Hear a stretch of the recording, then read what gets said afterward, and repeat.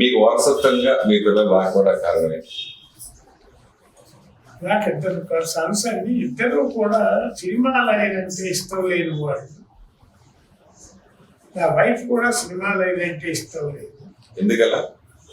అంటే నాకు కూడా ఇష్టం లేదు నిజం చెప్పాలంటే. బట్ కాంటుబట్టి నేను ఎంటర్ అయ్యా. మా నాన్నగారు నేను సినిమా లైన్లో రిప్రజెంటేటివ్ గారు గేట్ కీపర్ థియేటర్లో చేరానని చనిపోయేదాకా నా మొహం చూడడం, నాతో మాట్లాడడం.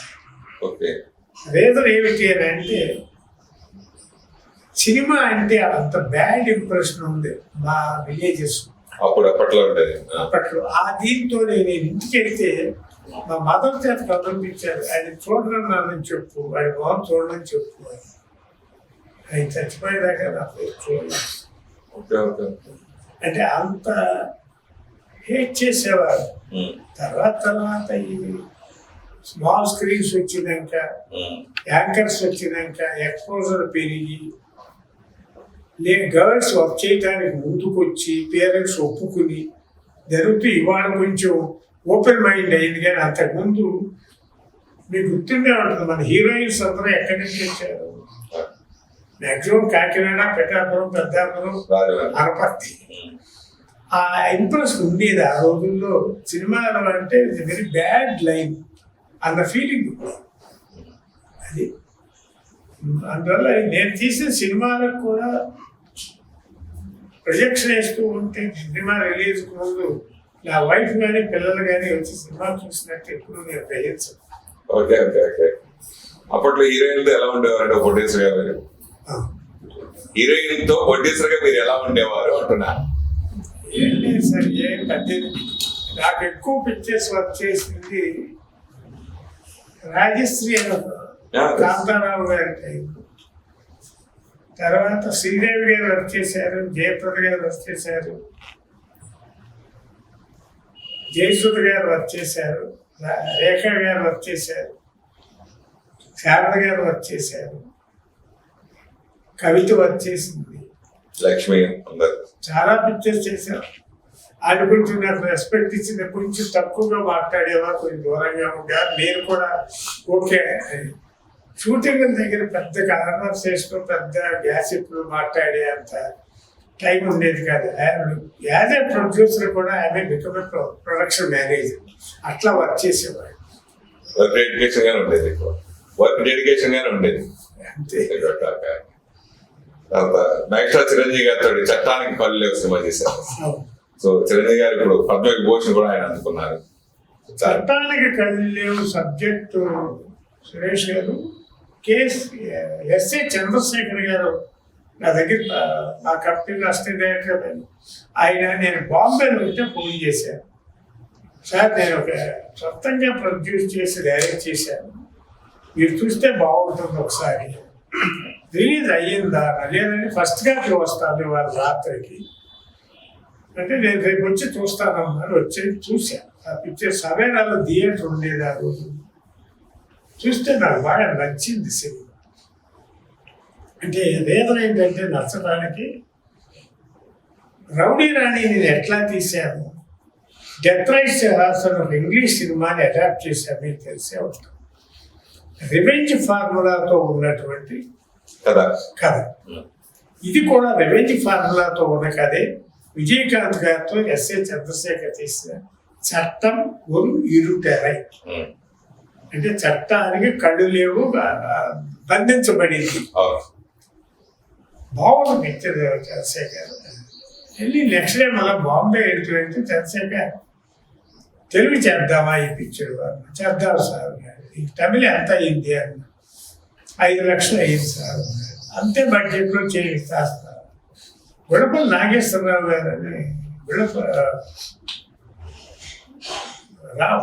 రామ్మోహన్ రావు ఉండేవారు, మన దగ్గర అసిస్టెంట్గా చేస్తున్నారు. ఆయన చూసి పిక్చర్ ఇది హిందీలో తెలుగులో చేద్దామని అంటే అతనికి కథ నచ్చదు. తాతేలు రామారావు గారికి చూపించారు, ఆయనకి నచ్చదు. అప్పుడు చంద్రశేఖర్ నువ్వే చెయ్యి, ఎస్ఏ చంద్రశేఖర్ని చేశారు. ఎవరైతే బాగుంటారో అన్న దాని మీద హీరోగా శోభన్ బాబు గారు నేను అప్పుడు నంబర్ ఆఫ్ పిక్చర్స్ చేస్తాను. సోమన్ బాబు గారు. శోభన్ బాబు గారితో.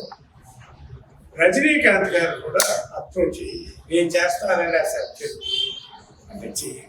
రజనీకాంత్ గారే ఆ క్యారెక్టర్ సూట్ అవుతారు శోభన్ బాబు గారి కంటే కూడా అని వారితో చేతుంది. Good success. దాన్ని హిందీలో చేయటానికి వచ్చేసరికి ఆ పిక్చర్ సిల్వర్ 100 days ఫంక్షన్ చేయమని అడిగారు. సంతోష్ సినిమాలో 100 days ఫంక్షన్ చేసి హైదరాబాద్ అప్పుడు చీఫ్ గెస్ట్గా అమితాబ్ గారిని పిలిచారు. అమితాబ్ గారు పిక్చర్ చూడుకోకుండా ఎట్లా పిక్చర్ బాంబే పెట్టుకుని తెలుగు సినిమా చూపించారు.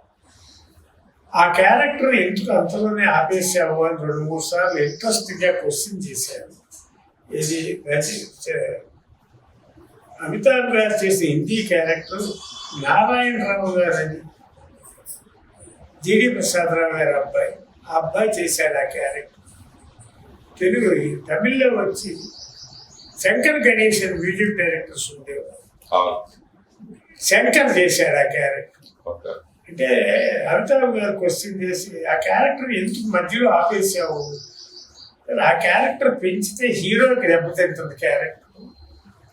లేదు ఇంకా పెంచవచ్చు, ఆ character highlight of the picture, main ఏది ఏమంటారంటే main base of the subject అని అంటూ ఆయన ఆర్గ్యూ చేశారు. తర్వాత ఆయన ఎందుకు ఇంత ఎక్కువగా డీప్గా చెప్తున్నారు ఆ క్యారెక్టర్ గురించి అని నేను రాహి మాసూరాజా గారిని డిస్కస్ చేసుకుని ఉండు నేను మాట్లాడతాను ఆయనతో అని. ఆయన ఏదో హిందుస్థాన్ స్టూడియోలో ఒక షూటింగ్ వాళ్ళిద్దరు కలిసినప్పుడు రాయ్ సాబ్ ఏం సినిమాలు చేస్తున్నారు అని అడిగారట అమితాబ్ గారు.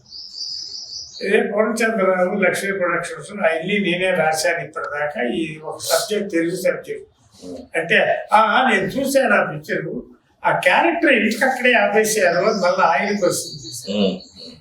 అంటే ఆ పూర్ణచంద్రరావు రిప్లై కరెక్టే, హీరో దెబ్బతింటాడు ఈ క్యారెక్టర్ పెంచితే, ఏదో మీలాంటి చేస్తే దానికి హైలైట్ వస్తుంది కానీ ఎవరు చేస్తారు ఆ క్యారెక్టర్ అని అడిగాను.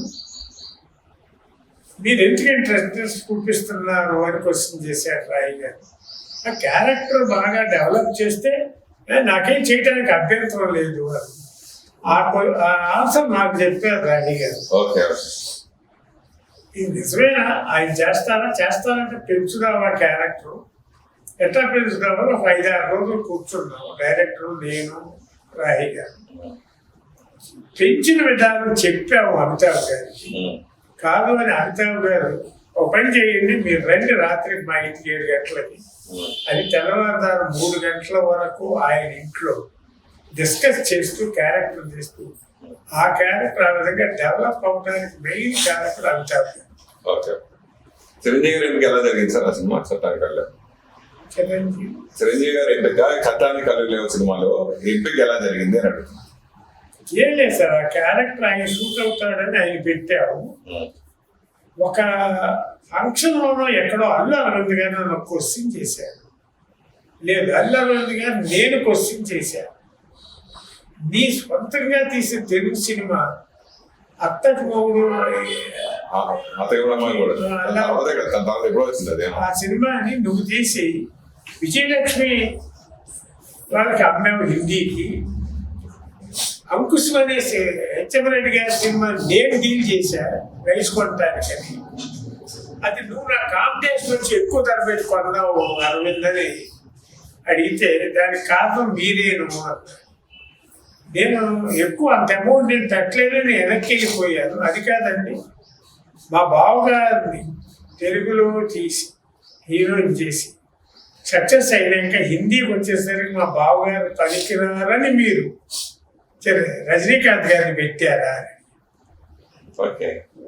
ఓహో, అది తప్పు నాది. కానీ అప్పటికి మీ బావగారు కాదు చిరంజీవి గారు. ఒక్కసారి దీనికి రీజన్ ఏంటి అనేది ఇప్పుడు మీ బావగారు మీరు వెళ్ళి అడిగితే బాగుంటుందేమో, దానికి సమాధానం నేను చెప్పటం కంటే ఆయన వెళ్ళి ఏమడిగారు ఏం మాట్లాడారు తర్వాత అలా అదే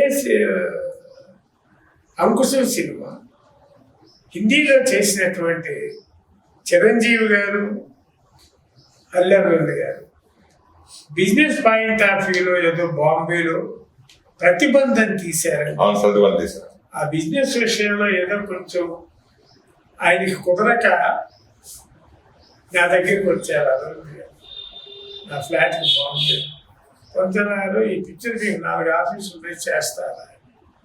చేస్తాను.